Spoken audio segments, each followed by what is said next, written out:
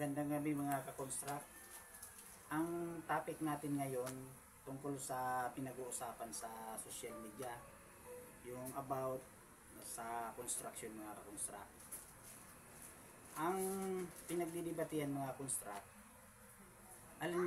kung alin daw ang mas mabilis gawin, yung bahay na may plano o yung bahay na walang plano. Sa aking opinion mga construct, bilang ako po, mga construct, isang foreman, subcon foreman ako mga construct. Bali, 20 years na rin ako mga construct na nangungontrata. Iba-ibang mga construct ang sinasama kong engineer, ang pinukunan ko ng project. Kaya medyo may experience na ako mga construct sa iba't ibang design ng engineer, structural engineer at saka architect mga construct. Ngayon mga construct, sa aking karanasan, mas mabilis gawin mga construct yung may plano. Hindi lang mga construct na isang tabi na natin mga construct yung magpapagawa ng plano para magkaroon ng building permit. Halimbawa mga construct, tanggalin natin yun na para makakuha ng building permit. Ang pag-uusapan natin mga construct, yung mabilis lang gawin. Ngayon mga construct, bakit sinabi ko na mas mabilis gawin yung may plano? Kasi mga construct, ang may planong ginagawang bahay, sa una pa lang nakikita na nagpapagawa yung perspective plan mga construct.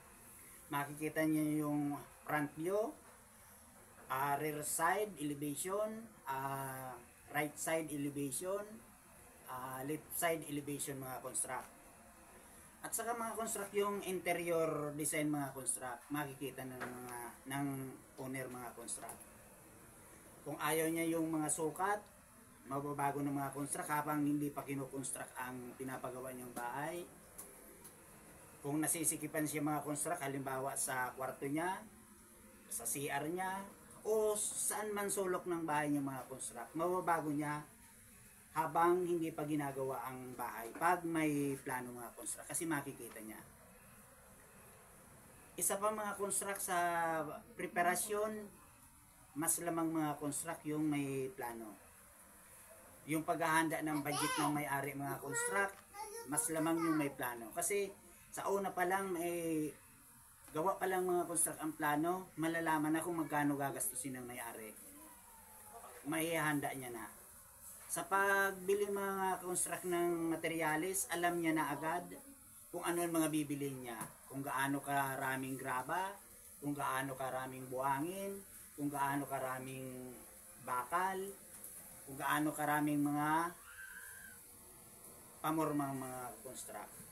Samantalang mga construct, yung walang plano, matagal mga construct gawin kasi halimbawa mga construct, may 5 taong iniwan sa site para gumawa. Gagawa yan mga construct kung ano lang ang inutos ng may-ari. Pagkatapos nun mga construct, hihintayin na naman yung may-ari na bumalik mga construct sa site para alamin naman kung ano ang mga susunod mga construct. Dahil wala ngang sinusunod na plano mga construct, walang guide sila kung ano talaga ang gagawin nila mga construct. Sa pagbili mga construct ng materyales, hindi alam kung gaano karami ang i-order.